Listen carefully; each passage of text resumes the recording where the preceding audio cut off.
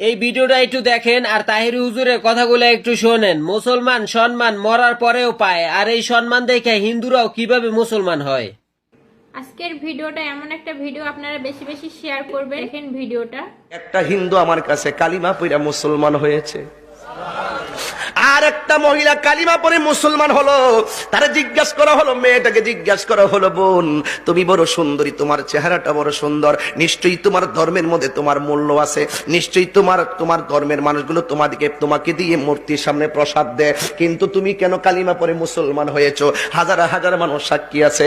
এই মেয়েটা ডাক দিয়ে কয়, আমার বাবা মারা গেছে, আমার বাবার চিতাশালায় পোড়ানোর জন্য নিয়ে গেছে, কাঠের মধ্যে আমার বাবার লাকড়ির মধ্যে শোয়াইয়া আমার বাবারে শুবাইছে, এর উপরে আবার লাকড়ি দিয়া নিচ দিয়া আগুন ধরাই দিছে।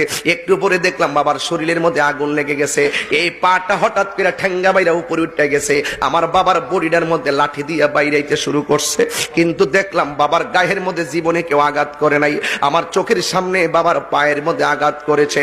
ঠিক ঘটনাক্রমে কিছুদিন পরে আমার মা মারা গেছে।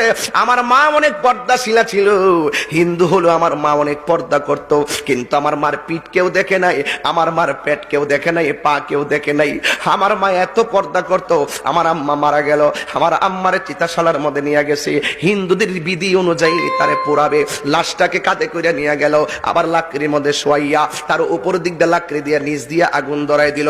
আগুনটা ধরাই দিদি চোখের পলকে মার জামাটা পুইরা গেছে, যে এই মার বডি কেউ দেখে নাই, এই বডিটা মানুষের সামনে ওপেন হয়ে গেছে। আমি একটা মেয়ে হিসাবে বড় লজ্জা পাইছি। কিছুক্ষণ পরে আমার মা লাশটা পুড়তে পুড়তে পাটা উপর উঠে গেছে, লাঠি দিয়া বাইরাইয়া হাত পা গুলো একবারে গোড়া বানাইছে।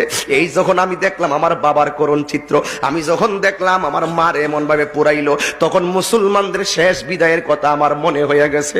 মুসলমানরা মারা গেলে কত সুন্দর করে চতুর্দিকে চারটা কাপড় টানাই, আবার কত সুন্দর গরম জল করে না, একেবারে বেশি গরমও দেয় না, আবার বেশি ঠান্ডাও দেয় না, কুসুম গরম জল দেয় যেন গায়ের মধ্যে আরাম লাগে। সবাই কয় গরম হইলে কত গরম দিস না, আবার ঠান্ডা হইলে গাই এত ঠান্ডা দিস না। কুসুম গরম জলটা দে যেন আরাম লাগে। কুসকু সাবানটা দে, অন্য সাবান দিলে কই ফেনা বেশি উঠবে, গায়ের মধ্যে ফেনা ফোনা লাগিয়া দেখবে। কুসকু সাবানটা দে ভালো পরিষ্কার হয়, কিন্তু তার গায়ের ময়লাটা কাটে। এত মায়া কইরা তার লাশটাকে দাফন করে।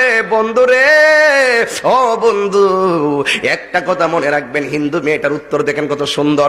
আমরা তো রেডিমেড ইসলাম পাইলাম, কদর করতাম জানি না। আমরা তো রেডিমেড মুসলমানের ঘরে মুসলমান হইলাম, আমরা ভাবতে জানি না। আজকের ঈদগার মাহফিল থেকে ভাবতে হবে তুমি শ্রেষ্ঠ জাতি। কথা বলেন ঠিক কিনা বলেন? এই জন্য যুবক, এই মেয়েটা